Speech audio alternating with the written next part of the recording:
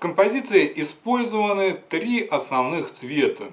Красный – символ Земли, голубой – символ неба, желтый – символ 7 дней, собранных в целое, символ благодати. Здесь та же система, что и в православной иконографии. Белый – это цвет фаворской вечности, цвет целого как такового, цвет 8-го дня. Черный – это цвет неизвестности. Допустим, Трамп в черном костюме символизирует непредсказуемое поведение силы возмездия, силы судного дня. В библейских пророчествах сказано, что суд над вавилонской блудницей Господь отдает в руки православного авангарда. Будет весело и страшно. Православный авангард действует в потоке молодого льва, сбегающего со святой горы Вассана. Лев обладает абсолютной силой. Ему подчинены все процессы шестого дня. А вот тем, кто пойдет против льва, тем не поздоровится.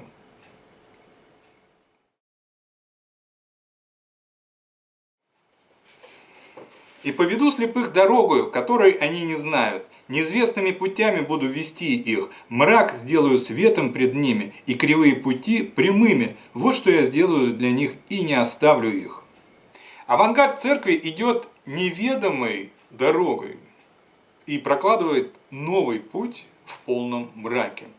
То есть поведение православных дивергентов совершенно непредсказуемо. Наш проект построен на данном методе. Мы каждый раз делаем какие-либо непредсказуемые телодвижения. Как правило, они делаются против всех устоявшихся тенденций и против мнения всех авторитетов. Все говорят о войне, а мы наоборот идем против стада и говорим, что будет мир.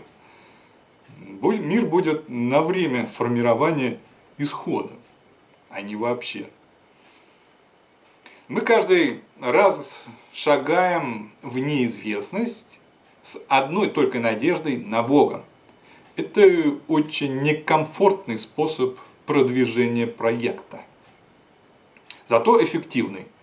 Потому что Господь не оставляет без внимания подобные шаги веры.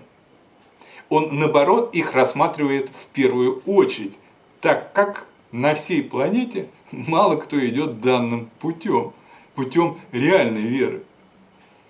Огромной толпы желающих выбраться из матрицы как-то не наблюдается. Слишком хлопотное это дело. Народ в основном ходит по кругу, по протаренным дорогам внутри матрицы. Мы же совершаем шаги за флажки, в неизвестность, и Господь слышит нас. И Он делает ответные шаги, такие же непредсказуемые. Вот таким методом, посредством веры, и строится Святая Русь. Мы предлагаем, Бог утверждает. Господь утверждает слово раба своего и приводит в исполнение изречения своих посланников, который говорит Иерусалиму: «Ты будешь населен, и городам Иудинам вы будете построены, и развалины его я восстановлю». Геополитика наступившего шестого дня строится на подобных шагах в непредсказуемость. Мир уже их ощутил. Ситуация на планете стала непредсказуемой. И все старые стратегические модели теперь не действуют. И это только начало. Главное веселье впереди.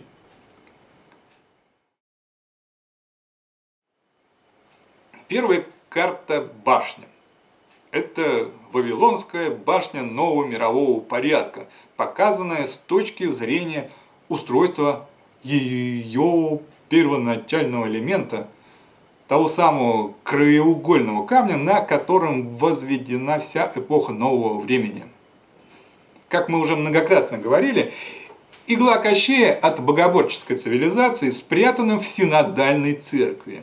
Именно здесь целостная сила Бога, несущая в себе два гармонично сосуществующих потока, серпом рассекается на две половинки, а далее приходит государственная машина за большущим молотом и разносят в прах оставшуюся половину времени. Вот так устроена силовая установка нового мирового порядка. В пространстве церковной власти сила святости блокируется и разделяется, а в пространстве государственной власти из евхаристической пыли возводится атеистическая цивилизация. Таким образом, на данной карте речь идет не о столкновении РПЦ с КПРФ, как это трактуют некоторые эксперты. Это просто смешно. Красные с красными не воюют. Синодальные архиереи по определению являются красными. Синодальные попы – это слепые жрецы нового мирового порядка. Синодальная проскомидия 100 лет генерирует на планете энергию революции. Именно из-под рук синодальных попов выходит волна перевернутого времени. Именно она и заставляет людей переворачивать все вверх дном и сокрушать божественный порядок. Теперь этому безобразию приходит конец. Конец же начинается с церкви, ибо время начаться суду с Дома Божьего. Листок на двери башни – это приговор и синодальной церкви, и всему большевистскому мироустройству нового мирового порядка. Данная система по своей сути является проектом большевиков-сионистов. Коммунизм и капитализм – это две стороны одной медали. С внешней стороны эпоха нового мирового порядка состоит из различных противоестественных форм общественного устройства. Из капитализма, социализма, фашизма, либерализма.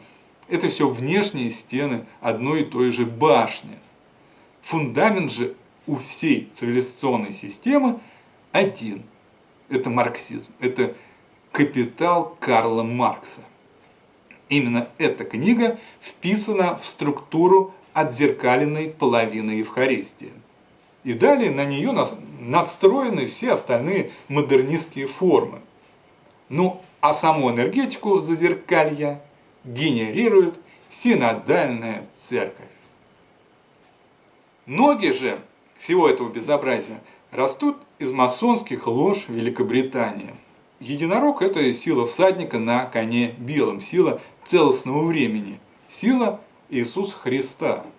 Чтобы установить на земле право человеческой власти взамен власти нашего Господа, силу Бога сковали цепью и привязали ее к земле.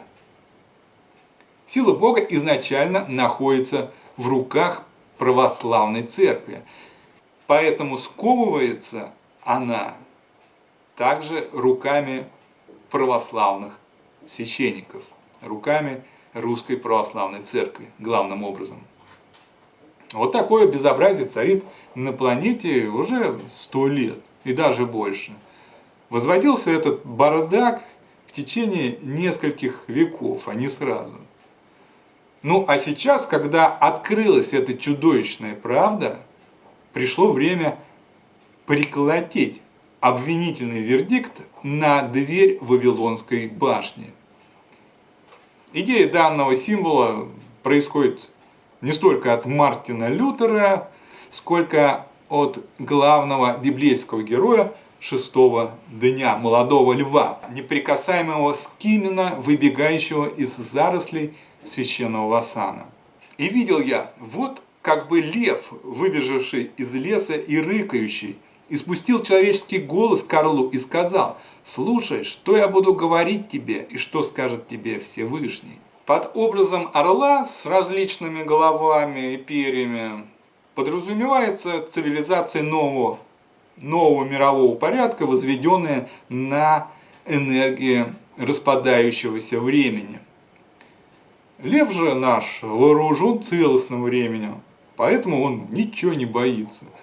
Против лома энергии вечности приема не существует. Ты судил землю не по правде, ты утеснял кротких, обижал миролюбивых, любил лжецов, разорял жилища тех, которые приносили пользу, и разрушал стены тех, которые не делали тебе вреда. И взошла ко Всевышнему обида твоя, и гордыня твоя к крепкому, и воззрел Всевышний на времена гордыни, и вот они кончились, и исполнилась мера злодейства ее. Поэтому исчезнет ты, орел, со страшными крыльями твоими, с гнусными перьями твоими, со злыми головами твоими, с жестокими когтями твоими и со всем негодным телом твоим, чтобы отдохнула вся земля и освободилась от твоего насилия и надеялась на суд и милосердие своего Создателя. Суд будет осуществляться посредством мистической силы Бога. Издеваться над Боженькой теперь будет не можно. Терпение Боженьки иссякло, и теперь он будет сжечь изнутри и отовне. 10 языков пламени, выходящие из распадающейся башни, символизируют полноту краха сионистского проекта.